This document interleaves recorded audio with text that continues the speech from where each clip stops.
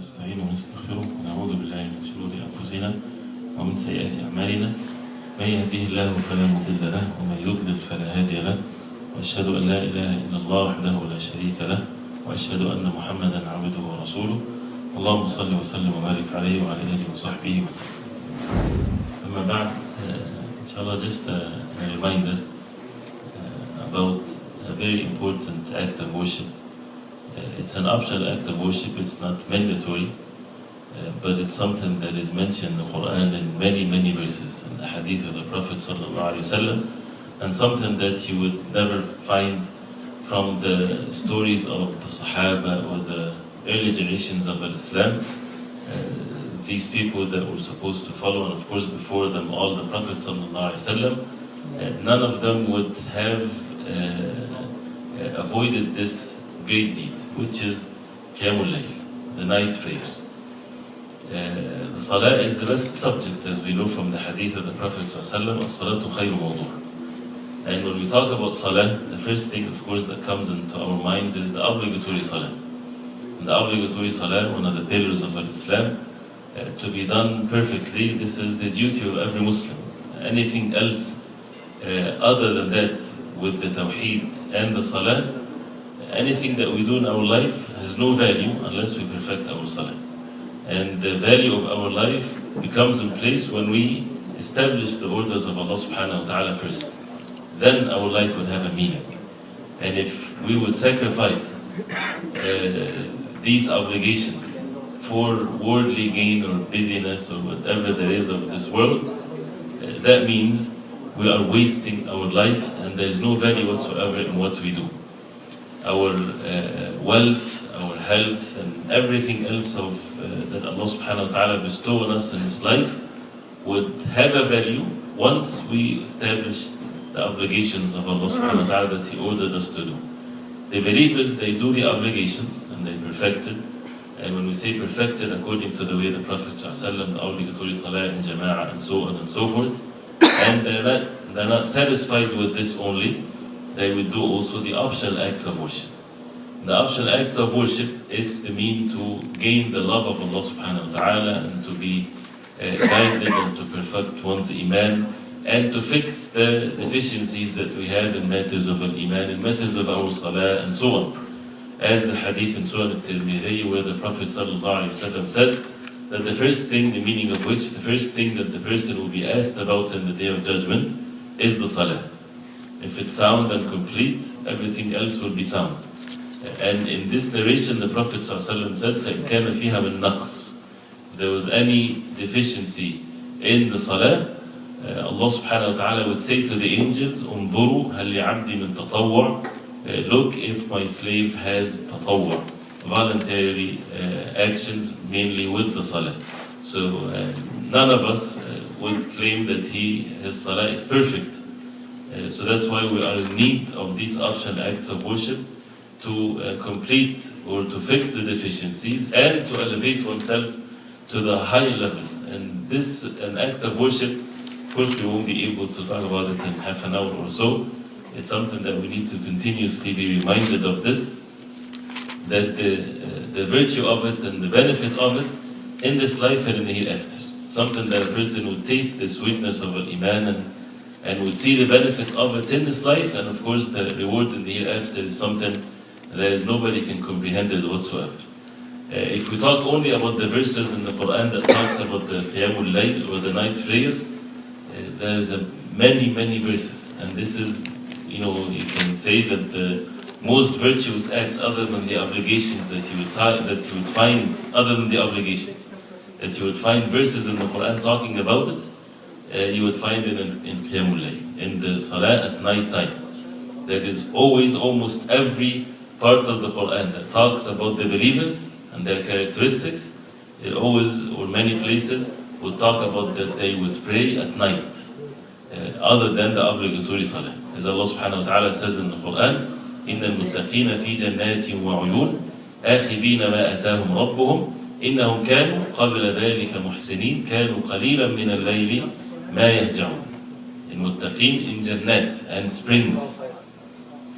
and they are in it, right? And as if you put yourself into that situation, the people are in Jannah and so on, and they take whatever Allah subhanahu wa ta'ala give them, and the reason for that, إِنَّهُمْ كَانُوا قَبْلَ ذَلِكَ مُحْسِنِينَ. They used to be before that, meaning in this world, muhsinin, good doers. And we talked about the level of al-ihsan, we didn't complete it, but this is part of the level of al-ihsan. They were good doers. The first characteristic mentioned after that, how they were muhsinin, how they were good doers. كَانُوا قَلِيلًا مِنَ اللَّيْلِ مَا يَهْجَعُونَ. They used to sleep but little during the night, right? And this was the first characteristic mentioned here about those who are good doers in this context of the ayat. وَبِالْأَسْحَارِ هُمْ يَسْتَغْفِرُونَ. And by the time of as-sahar, which is right before Fajr, the last part of the night, they would make istighfar and ask Allah subhanahu wa ta'ala for forgiveness.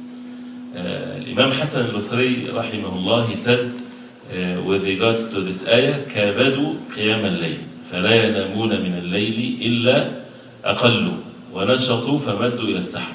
Which means كَابَدُوا, they struggled with themselves with the night prayer, and they would only sleep but little of the night, and they put their effort and they extended it to the sahar, to the last part of the night, to make the istighfar.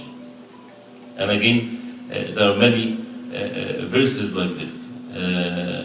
And they would make dua to Allah subhanahu wa ta'ala during the night, khawfan wa tama'an, fear, out of the fear of Allah subhanahu wa ta'ala, and hoping for the rewards of Allah subhanahu wa ta'ala. تتجافى جنوبهم عن المضاجع يدعون ربهم خوفا وطمعا. تتجافى جنوبهم.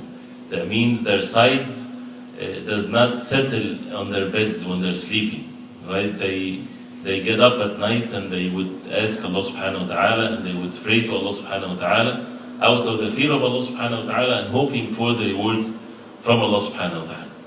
And this is the believers, and this is a normal thing for the believers, because they follow who? The Prophet alayhi salatu wasalam.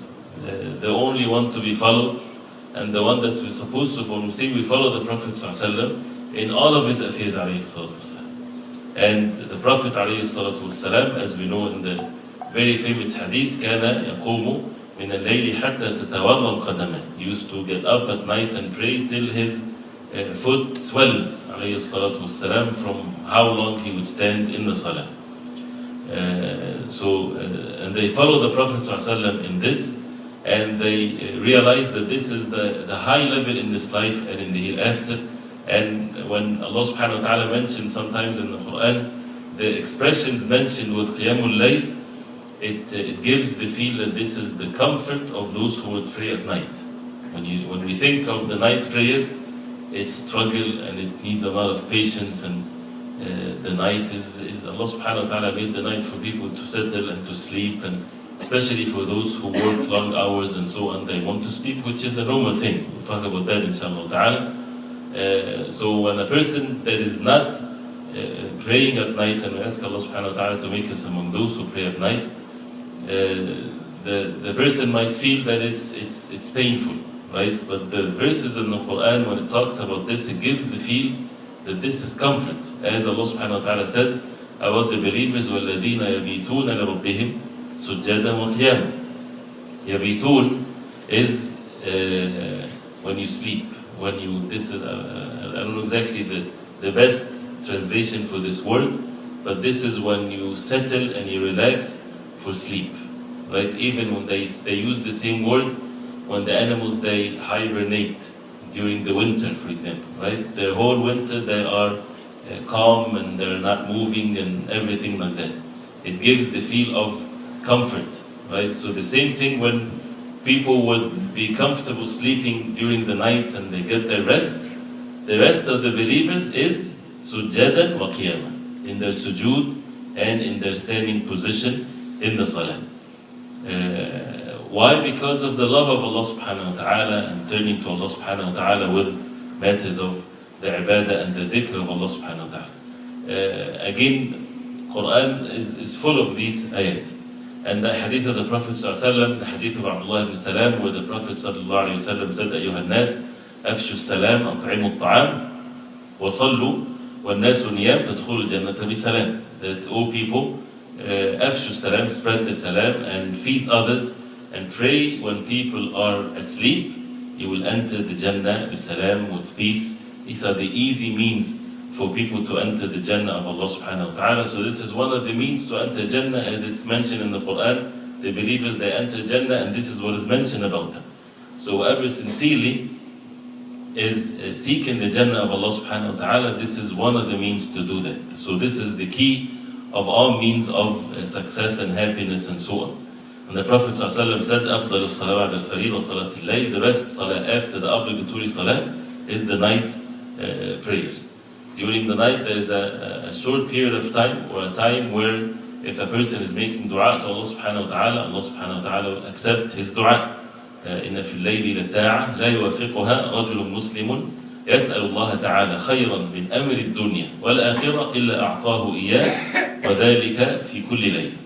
As the Prophet sallallahu alaihi wasallam said that during the night there is sa'a, an hour, there is no Muslim would be present during this 1 hour asking Allah subhanahu wa ta'ala for matters of goodness of this life or the hereafter. Allah subhanahu wa ta'ala would give it to him, and that is every night.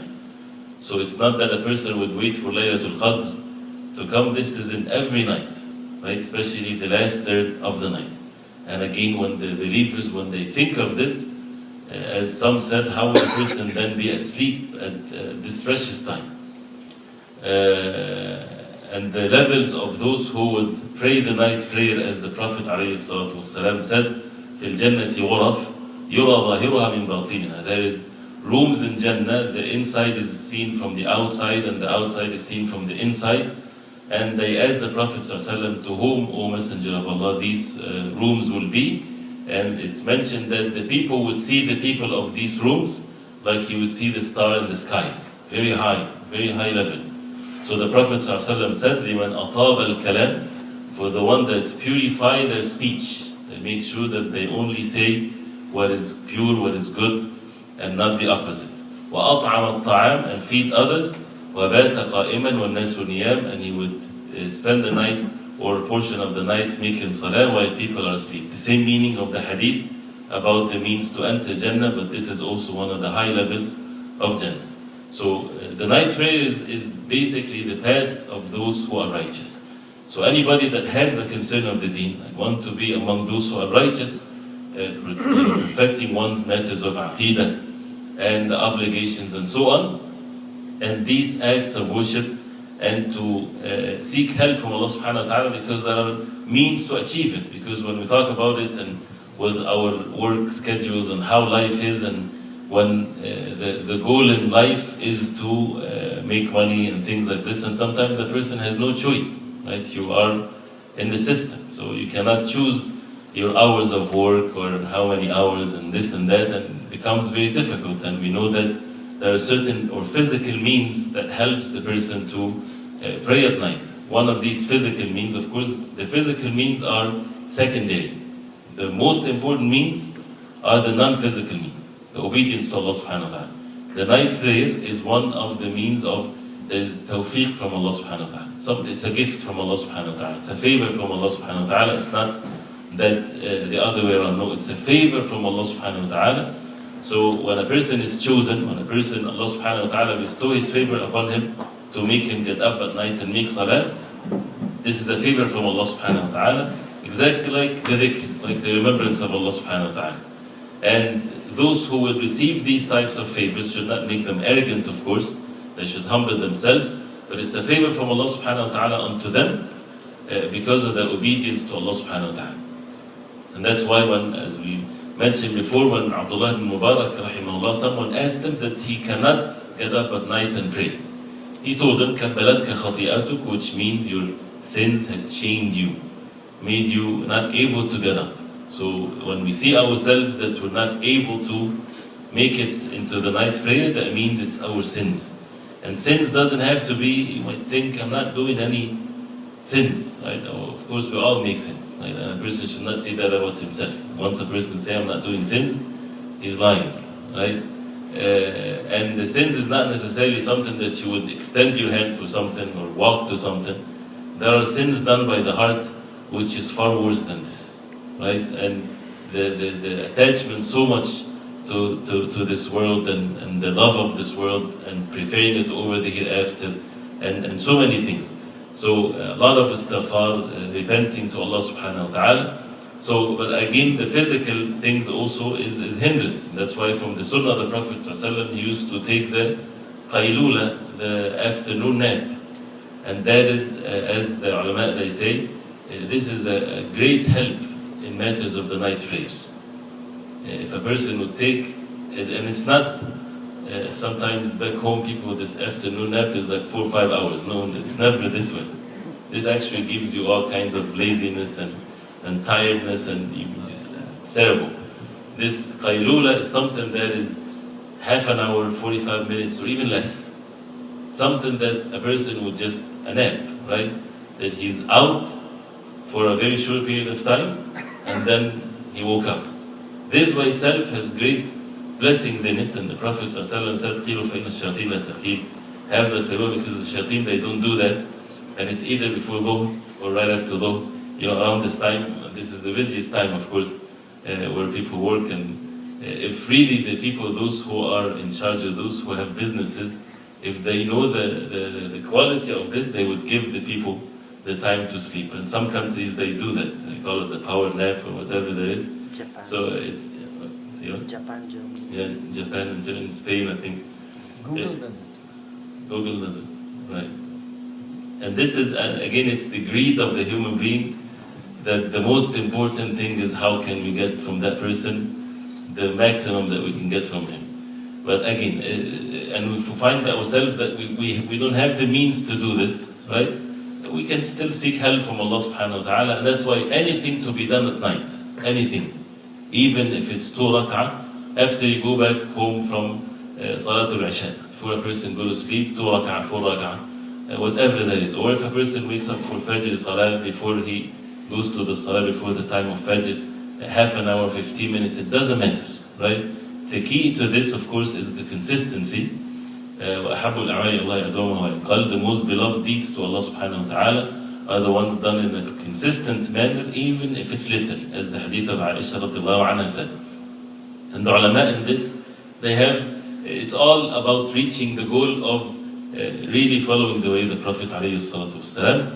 And that's why Salatul Taraweeh in Ramadan, this is not just Ramadan, this is the whole year for the Prophet ﷺ. The only difference in Ramadan is to be done in Jama'ah, that's it.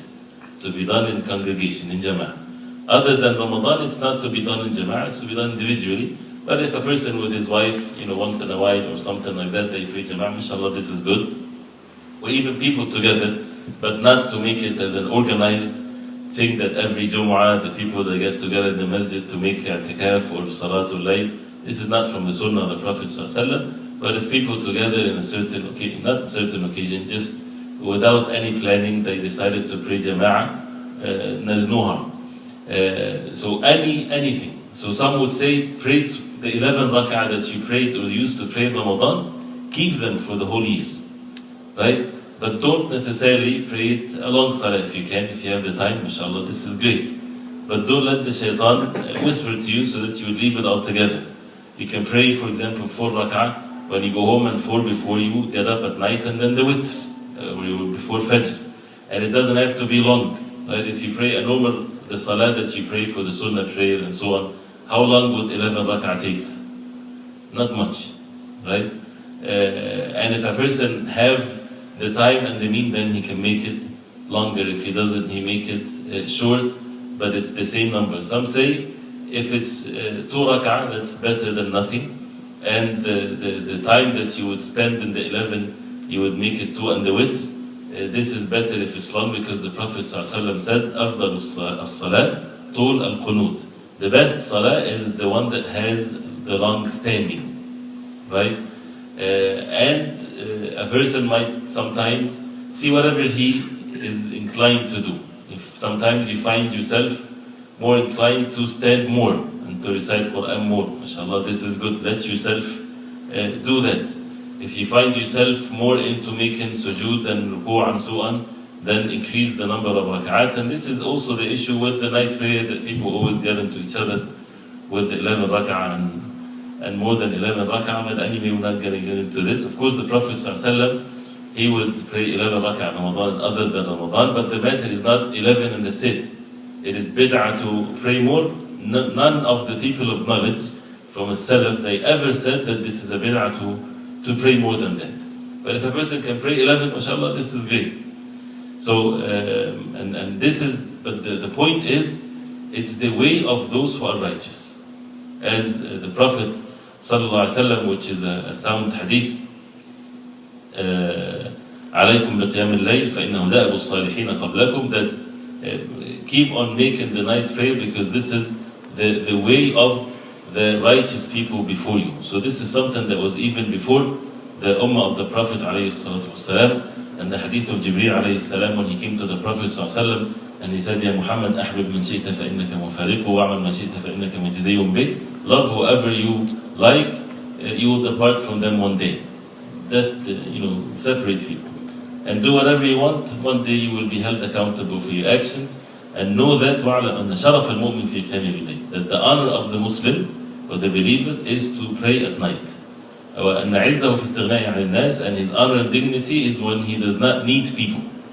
Right? So this is the real honor. And again, when a person has this treasure, you ask for whatever goodness of this life or the hereafter during the night. Allah subhanahu wa ta'ala accepts the dua of the person. And if I don't want to take too long of talking about the matter, although it needs, and we should continue inshallah ta'ala with more of this, but it's something that one of the things that you get the benefit of it when you do it, not that when we hear about it, right? It's something that a person has to put the effort to do it. But one of the means is to get to know the stories of the Prophet ﷺ, the Sahaba radiallahu anhum, the early generations of Islam, and how they used to pray at night. That definitely gives encouragement, and each one to do the best he can. One of the things that if a person feels like you're reading Quran every day, which is also something that needs to be done, you can make that wird of the Quran to be done during the night. Reading a juz, or if a person is good in reciting the Quran, it should never be less than a juz.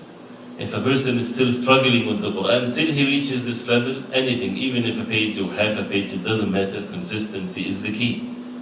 But why not doing the wird during one's salah? Can a person carry the mushaf while he is making the night prayer? The correct opinion, inshallah ta'ala, that this is permissible. And Isha radiallahu anha used to do that. So it's, and even as some of the early generations of Islam, they said that the best of us used to read from the mushaf while they're making the night prayer. Right? Definitely, if a person has things memorized, he doesn't need that, but there's no harm whatsoever. But when you're opening a mushaf, you're not opening a translation that you would read into the translation or a book. It's just Quran only, and a person would use it to read. So having the wird to be done during the night, half an hour or something like that, this is a good thing. If a person is tired to sit and pray while a person is sitting, don't feel bad if you sit. Because otherwise you won't pray it whatsoever. Then it's better to sit than to avoid it altogether. Fard salah we cannot sit, but the night prayer a person can sit.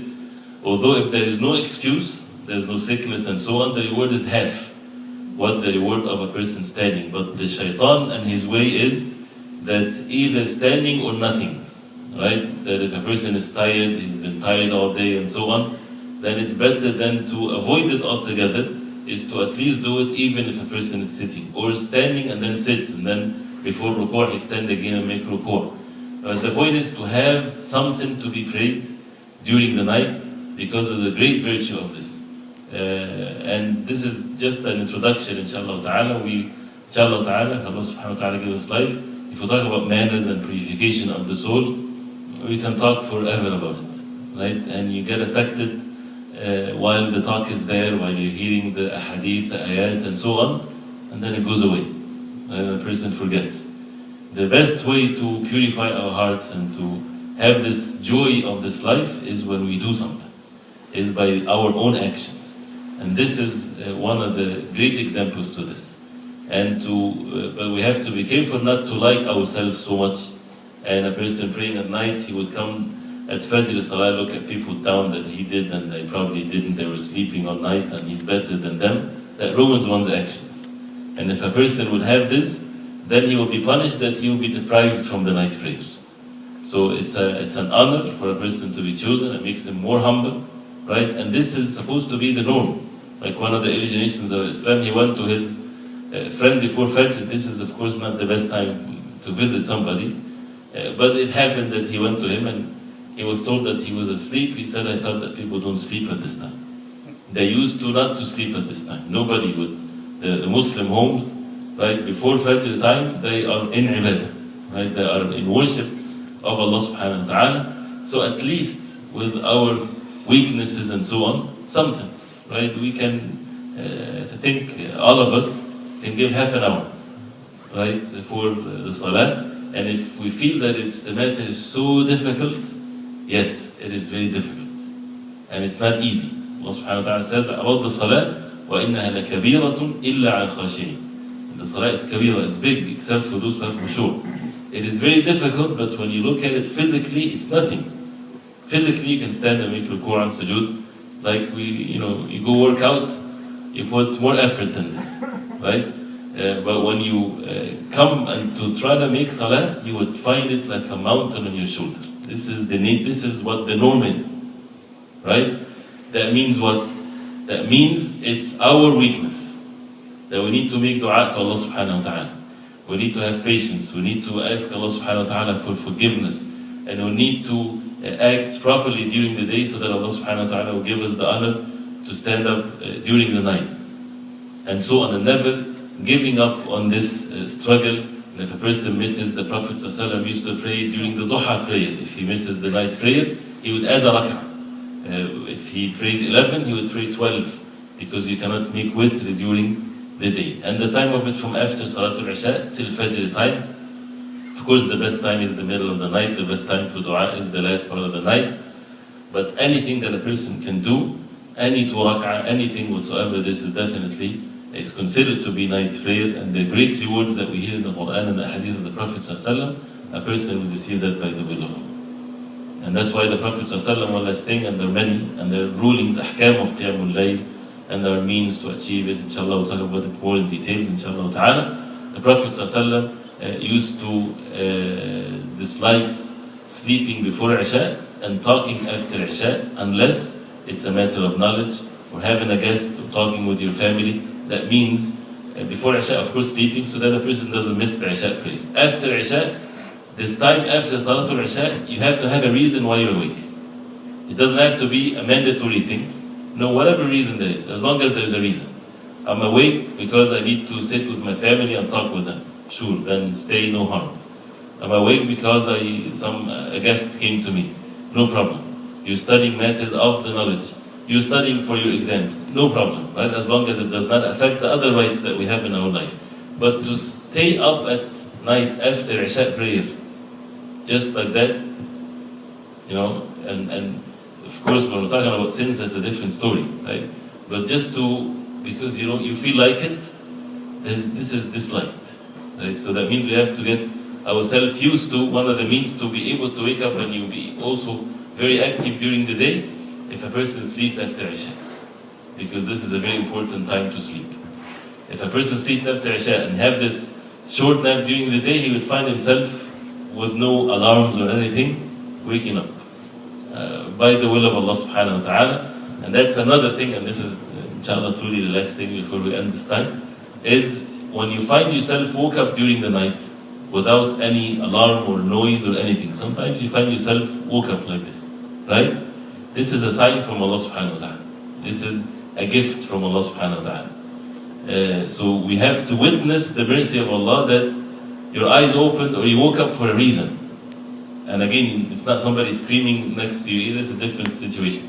You find yourself during the night, woke up, and you need the sleep because you have work, and no problem. But you find yourself like this, seek help from Allah subhanahu wa ta'ala. And that's why the Prophet ﷺ said, "Man ta'arra min al-layl." Whoever wake up during the night like that, if he make the remembrance of Allah subhanahu wa ta'ala, and the very virtuous dua that we should memorize it so that we say it right away. Or if you have your phone next to you and you woke up like that, don't worry, it's not going to be lost for the rest of the night. If you have the dua, read it, right? Which is لا إله إلا الله وحده لا شريك له له الملك وله الحمد وعلى كل شيء قدير الحمد لله سبحان الله ولا إله إلا الله والله أكبر ولا حول ولا قوة إلا بالله اللهم اغفر لي. Or you make dua, it will be accepted.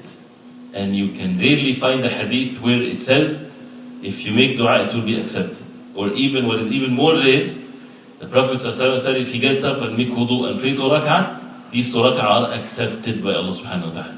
Right? Shaitan would say, if you do that, you won't be able to sleep the rest of the night and you will be extremely tired the next morning. This is a lie. If you had that awakening and you say the dhikr and you get up and you make wudu and you pray 2 rak'ah, go back to sleep, no problem. Just make 2 rak'ah and you're sleepy, go back to sleep. This has a great effect. And it's a great ni'mah from Allah subhanahu wa ta'ala. And we have to be grateful to Allah subhanahu wa ta'ala for the great bounties that we have. So this is a very important dhikr that, if somebody doesn't have it, it's, I don't know how. Google. Google. They found it. Yeah. And it's in the Hisn al-Muslim, the fortress of the Muslim. If you have your phone, you can have it. And it's in the chapter of, I don't know in English, Manara Academy, whoever wake up at night, right, to say this dua. It's a very virtuous dua from the Sunnah of the Prophet sallallahu alaihi wasallam.